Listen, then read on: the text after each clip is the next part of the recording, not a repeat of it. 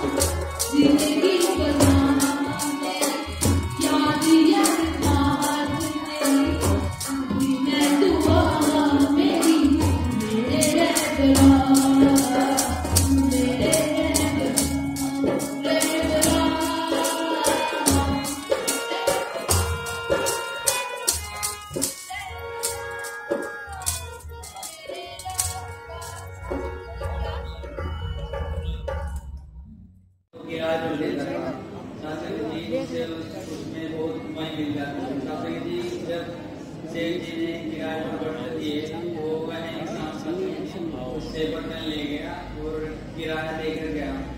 शासन जी जब बर्तन लौटाने का समय आया तो वह इंसान शासन जी बर्तन लौटाने सेठ जी के पास गया तो शासन जी 2-3 बर्तन फालतू ले गया। तो सेठ जी बोला कि यह क्या बात है, यह तो बर्तन ज्यादा है। तो शासन जी इंसान बोला कि सेठ जी जो मैं आपसे बर्तन लेके गया था ना, ये शासन जी इसकी संतानें हैं। तो सेठ जी बहुत खुश हुआ कि यह तो बहुत अच्छी बात है भाई, यह तो जो वह ग्राहक है यह तो मुझे बहुत फायदा देगा। तो शासन जी सेठ जी ने वह बर्तन रख लिए। शासन जी वह इंसान भी चला गया। तो शासन जी 1 महीने के बाद फिर वो इंसान सेठ जी के पास आया। शासन जी कहने लगा कि मेरे घर पर कुछ मेहमान आने वाले हैं, अरे कृपया करके मुझे चांदी के बर्तन दे दीजिए। सेठ जी कुछ सोच में पड़ा कि कभी यह बर्तन रख न ले। तो शासन जी सेठ जी ने पिछली बात पर ध्यान दिया कि जब पहले बर्तन लेके गया था तो शासन जी उससे मुझे ज्यादा बर्तन मिले। तो सेठ जी थोड़ा मुस्कुराए और उसको बर्तन दे दिए। शासन जी जब 1 महीना बीत गया और इंसान वो बर्तन लेके नहीं आया तो सेठ जी बहुत परेशान हुआ। शासन जी सेठ जी उनके घर जा पहुंचा और कहने लगा कि भले मानस तू बर्तन लौटाने नहीं आया। तो इंसान को मायूस सा चेहरा देकर बोलता है शासन जी कि सेठ जी जो आपने चांदी के बर्तन मुझे दिए थे ना, उनकी तो मौत हो गई। तो सेठ जी बड़ा गुस्से में आया। शासन जी कहने लगा कि ऐसे कैसे मौत हो गई, कभी बर्तनों की भी मौत होती है।